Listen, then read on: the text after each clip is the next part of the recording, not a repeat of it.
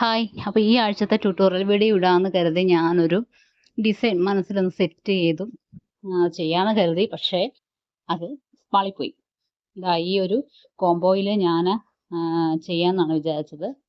ഇതാ ഈ ഒരു ഗ്രീൻ കളർ ജെല്ലി ബീഡ്സും അതേപോലെ സിൽവർ സീഡ് ബീഡ്സും വെച്ചിട്ട് ഒരു കോമ്പിനേഷനിൽ ഒരു മാല ചെയ്യാമെന്നാണ് കരുതിയിരുന്നത്. പക്ഷേ അത് ഞാൻ ഉദ്ദേശിച്ച അത്രയും പെർഫെക്റ്റ് ആയിട്ട് എനിക്ക് കിട്ടിയില്ല. അപ്പോൾ ഓരോ ട്യൂട്ടോറിയൽ വീഡിയോ നമ്മൾ ചെയ്യുന്നതിന് മുന്നേ തന്നെ ഒരു ഡിസൈൻ നമ്മൾ മനസ്സിലോ അല്ലെങ്കിൽ ഒരു പേപ്പറിലോ ഒക്കെ ഒന്ന് സെറ്റ് ചെയ്തതിന് ശേഷമാണ് ഫസ്റ്റ് ഒരു ട്രയൽ ഞാൻ ചെയ്ത് നോക്കും.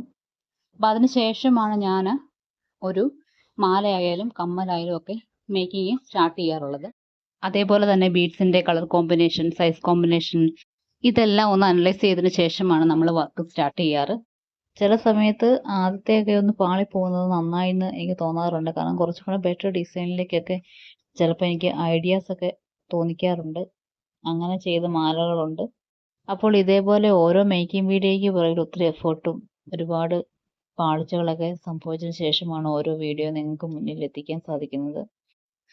ഇതൊന്ന് ഞാൻ ട്രയൽ ചെയ്ത് നോക്കിയതാണ്.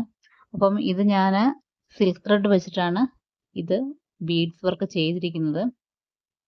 ഞാൻ മേക്കിങ്ങിൻ്റെ ടൈമിലാണ് ഈ നൈലോൺ ത്രെഡ് യൂസ് ചെയ്യുള്ളൂ. നമ്മൾ പ്രാക്ടീസിനായിട്ട് ചെയ്യുമ്പോൾ ആദ്യമേ സിൽക്ക് ത്രെഡിൽ തന്നെ ചെയ്യും.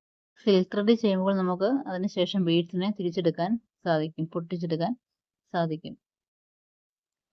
പക്ഷേ ഇവിടെ ഞാൻ വർക്ക് ചെയ്ത് വന്നപ്പോൾ അത്രയും പെർഫെക്റ്റ് ആയിട്ട് എനിക്ക് അത് വന്നില്ല.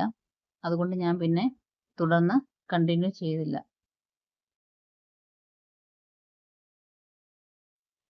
അപ്പോൾ നമ്മുടെ ഒത്തിരി തിരക്കുകൾക്കിടയിൽ നമ്മൾ ഇതിനായിട്ട് സമയം കണ്ടെത്തിയാണ് നമ്മളിത് ചെയ്യുന്നത്.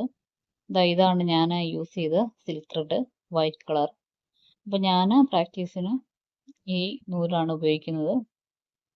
അപ്പോൾ നമുക്ക് ബീഡ്സ് നമുക്കത് ഇതുപോലെ ചെയ്തിട്ട് നമുക്കത് തിരിച്ച് പൊട്ടിച്ചെടുക്കാൻ പറ്റും. അതിന് വേണ്ടിയിട്ട് നമുക്ക് ജ്വല്ലറിയുടെ പുതിയൊരു പാറ്റേണിനായിട്ട് നമുക്ക് സ്വന്തമായിട്ടൊരു പേപ്പറിലൊക്കെ വരച്ച് നമുക്ക് ഡിസൈനൊക്കെ സെറ്റ് ചെയ്യാം. അതല്ലാന്നുണ്ടെങ്കിൽ നമുക്ക് റെഫർ ചെയ്യാം. പിന്നെ നമ്മുടേതായ മാറ്റങ്ങൾ വരുത്തി ഒരു ന്യൂ ലുക്ക് കൊണ്ടുവരാൻ നമ്മൾ മാക്സിമം ശ്രമിക്കുക എന്നുള്ളതാണ് ചെയ്യേണ്ടത്. പിന്നെ ജ്വല്ലറിക്കായിട്ട് നമ്മൾ സെലക്ട് ചെയ്യുന്ന ബീഡ്സ്, അതിൻ്റെ കളർ കോമ്പിനേഷൻ വളരെ ഇമ്പോർട്ടൻ്റ് ആയിട്ടുള്ള ഒന്നാണ്. അതാണ് നമ്മുടെ ജ്വല്ലറിക്ക് ഒരു പൊലിമയും ഭംഗിയും നൽകുന്നത്. അപ്പോൾ എൻ്റെ കയ്യിൽ ഈ ഒരു ഗ്രീൻ കളറും ഉണ്ടായിരുന്നു, ഡാർക്ക് ഗ്രീൻ കളറാണ്. അതേപോലെ ഈ റെഡും ഉണ്ടായിരുന്നു.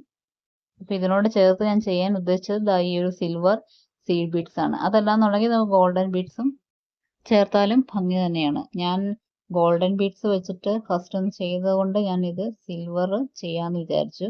അപ്പോൾ ഇത്തരം ഒരു മേക്കിങ്ങിന് പിന്നിൽ ഇതുപോലെയുള്ള കാര്യങ്ങളൊക്കെ എനിക്ക് സംഭവിക്കാറുണ്ട്, മിസ്റ്റേക്കുകൾ സംഭവിക്കാറുണ്ട്, ഇതുപോലെ സമയനഷ്ടം സംഭവിക്കാറുണ്ട്. അപ്പം അത് നിങ്ങളുമായിട്ടൊന്ന് ഷെയർ ചെയ്യാമെന്ന് വിചാരിച്ച് ഞാൻ ജസ്റ്റ് ഒരു വീഡിയോ ആക്കിയതാണ്. അപ്പോൾ ഇത്രയേ ഉള്ളൂ.